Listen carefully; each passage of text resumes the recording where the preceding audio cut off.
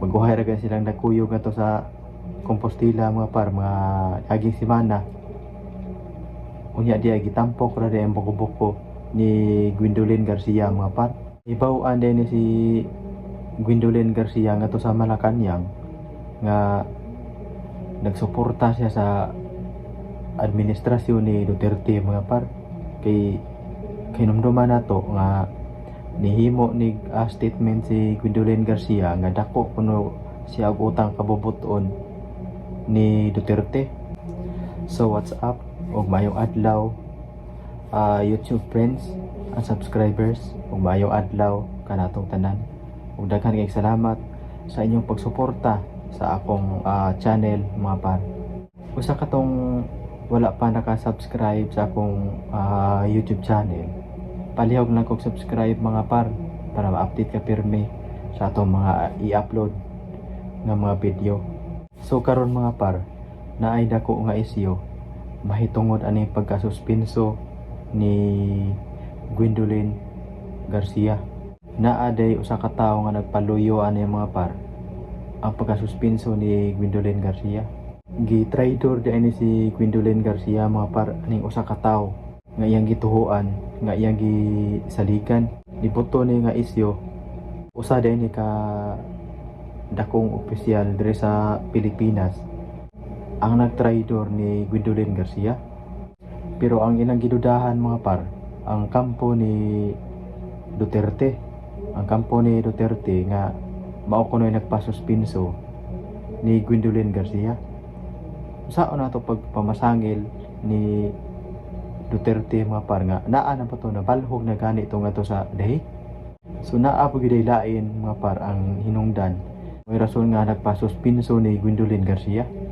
Sa ato pa giunay ra day siya ani mga par, maayo pa nilang kuyog-kuyog kung moari sa Cebu, iya pang maguhay ra gani silang nagkuyog nga to sa Compostela mga par, mga aging simana. Unya diya gitampok ra diya ang buko-buko ni Gwendolyn Garcia mga par. Kay nahibaw-an din ni si Gwendolyn Garcia nga to sa Malacanang nga nagsuporta siya sa administrasyon ni Duterte mga par. Kay hinumduman nato nga nihimo ni statement si Gwendolyn Garcia nga dako kuno siya og utang kabubuton ni Duterte. So nadunggan ini nga to sa Malacanang, unang nasuko ang Malacanang mga par. Mo din nga hitabua nga napasuspenso si Gwendolyn Garcia kay nasuko di ini suportar si Gwendolyn Garcia sa administrasyon ni Duterte. Sa ato pa mga par, paguryo-guryo lang di ini si Bongbong Marcos. Paguryo-guryo lang di ini mga par nga una nga ni pagawas og statement si Bongbong Marcos nga nagreact siya, nagreklamo sa kabahin sa pagkasuspenso ni Gwendolyn Garcia.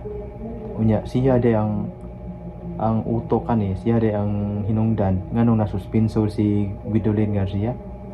Unya kana yang pagreact di ay paguryo-guryo ra day na. Unya mga par ni paggawas sa pamahayag ang Malacanang ani nga dili kuno manghilabot ang Malacanang kabahin ani pagkasuspenso ni Gobernador Gwendolyn Garcia. Sa ato pa ang gibuhat ni Marcos nga pa guryo-guryo ra day ni nga nagreklamo siya, nagreact siya sa kabahin sa pagkasuspenso ni Gwendolyn Garcia. So maayo ra din sa tubangan si Bongbong Marcos sa panahon nga sa time nga magkuyog sila ni Gwendolyn Garcia diri sa Cebu. Unya di ay gitampok di ay ni Bongbong Marcos ang buko-buko ni Gwendolyn Garcia. Unya ang kampo pa ni Duterte ang napasanginlan ani mga par nga mao kunoy utok sa pagkasuspenso ni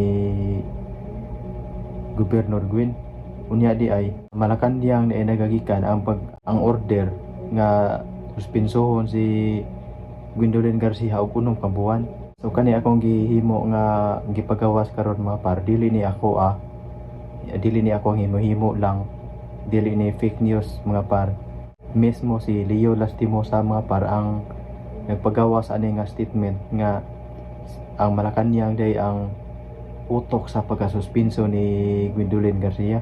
Si Leo Lastimosa ang nagpagawas ani. Igora ni natong gihi kuhaan o mga ginagmay nga mga kasayuran. So nakakuha lang tag ginagmay nga kasayuran mga par dito ni Leo Lastimosa.